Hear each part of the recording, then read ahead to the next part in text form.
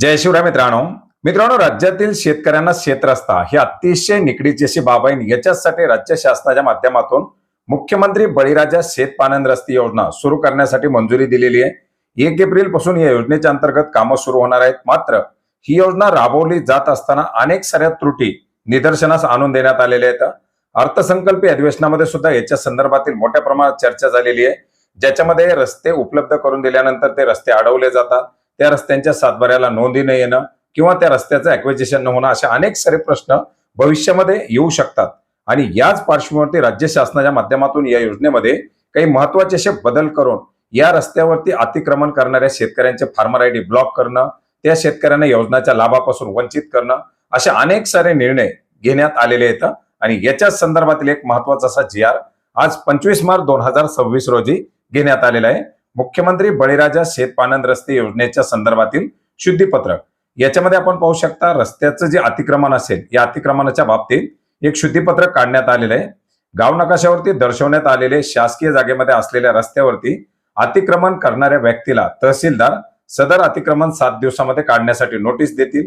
अतिक्रमण शासन स्तरावरून तहसीलदार यांच्या माध्यमातून काढण्यात येईल. आणि हे अतिक्रमण काढल्यानंतर ज्या ठिकाणी महाराष्ट्र जमीन महसूल संहिता 1966च्या कलम 143 अन्वये, मामलेदार अधिनियम 1906च्या कलम 5 अन्वये इतर शेतकऱ्यांना ये जा करण्याचा हक्क मान्य करण्यात येईल.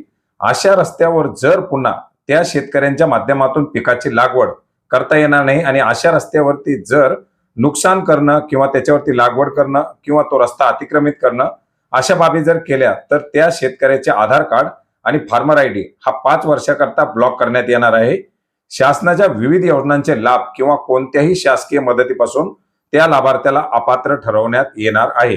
याच्यानंतर इतर बाबीमध्ये सुद्धा आपण पाहू शकता, जे शेतकरी स्वतःहून त्यांची शेतजमीन रस्त्याकरता देतील त्यांनी देण्यात येणाऱ्या जमिनीचं नोंदणीकृत दानपत्र, बक्षीसपत्र, हक्क सोड पत्र करणं हे गरजेचं आहे.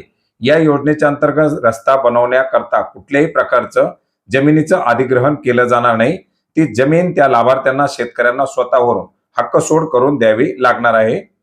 या ठिकाणी ग्राम महसूल अधिकारी यांनी प्राधिकृत करण्यात आलेले नोंदणीकृत अभिलेखाची नोंद सदर शेतकऱ्याच्या सातबारा उतार्यावरती घेतील.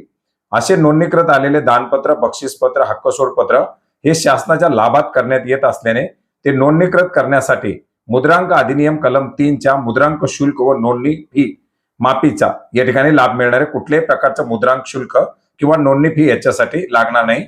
शेतकऱ्याने शासनास दिलेली जमीन परत मागण्याचा, मिळण्याचा सदर शेतकऱ्याला कुठल्याही प्रकारचा अधिकार पुन्हा राहणार नाही. विधानसभा क्षेत्रस्तरीय समितीमध्ये 5 प्रगतशील शेतकरी निवडण्याची पद्धत ही निश्चित करण्यात आलेली आहे. विधानसभा क्षेत्रस्तरीय समितीवरती संबंधित विधानसभा क्षेत्रातील कोणत्याही 5 शेतकऱ्यांचा समावेश करण्याची मुभा विधानसभा क्षेत्रस्तरीय समितीचे अध्यक्ष म्हणून विधानसभा सदस्य अर्थात त्या आमदारांना असणार आहे. त्याचबरोबर या योजनेच्या अंतर्गत कामासाठी निविदा भरताना परफॉर्मन्स सिक्युरिटी म्हणून प्रति कंत्राटदार 15 लाख रुपये एवढी सुरक्षा ठेव घेतली जाणार आहे.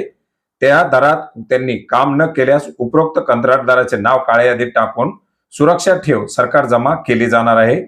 टेक्निकल क्वालिफिकेशन व अंतिम केलेला प्रति तास दर L1 रेट आधारभूत मानून सदर तांत्रिक RSS पात्र ठरणारी इतर कंत्राटदाराची यादी विधानसभा क्षेत्रस्तरीय समितीने तयार करावी आणि जिल्हास्तरीय समितीने अंतिम केलेल्या प्रति तास दरामध्ये काम करणाऱ्या जास्तीत जास्त कंत्राटदाराचे पॅनल विधानसभा क्षेत्रस्तरीय समितीने तयार करावे. अशा प्रकारच्या सूचना देखील या ठिकाणी देण्यात आलेल्या आहेत. याचबरोबर पानंद रस्त्याकरता आवश्यक असणाऱ्या यंत्रसामुग्रीची यादी 14 डिसेंबर 2025च्या शासन निर्णयामध्ये नमूद केलेली आहे आणि सदर यंत्रसामुग्री ही कंत्राटदाराच्या स्वमालकीची असावी. अशा प्रकारच्याही सूचना देण्यात आलेल्या आहेत, जेणेकरून या योजनेच्या अंतर्गत काम देत असताना, कंत्राटदाराची निवड करत असताना या सर्व बाबी त्या कंत्राटदाराला लागू असणार आहेत. तर मित्रांनो, अशा प्रकारचे काही महत्वाचे असे बदल हे डिसेंबर 2025च्या GR मध्ये करण्यात आलेले आहेत, ज्याच्यामुळे आता शेतकऱ्यांमध्ये एक रस्ता अतिक्रमणाच्या संदर्भातील अवेअरनेस येईल आणि रस्ते जे भविष्यात अडवले जातात त्याच्यावरती कुठेतरी मार्ग निघेल. मित्रांनो, यापूर्वी सुद्धा शेतरस्त्याचे कामासाठी मोजणी असेल, या शेतरस्त्याचं अतिक्रमण काढवण्यासाठी मोफत पोलीस पुरवठा असेल, तहसीलदारांना रस्ते उपलब्ध करून देण्यासाठी वेळ देण्याची बाब असेल, या सर्वांसाठी शासनाच्या माध्यमातून निर्देश देण्यात आलेले आहेत. आणि यातच आणखीन हा एक महत्वाचा असा निर्णय घेण्यात आलेला आहे. मित्रांनो, हा GR आपण महाराष्ट्र.gov.in या संकेतस्थळावरती पाहू शकता. याची लिंक तुम्हाला या व्हिडिओच्या डिस्क्रिप्शन बॉक्समध्ये सुद्धा मिळेल. धन्यवाद.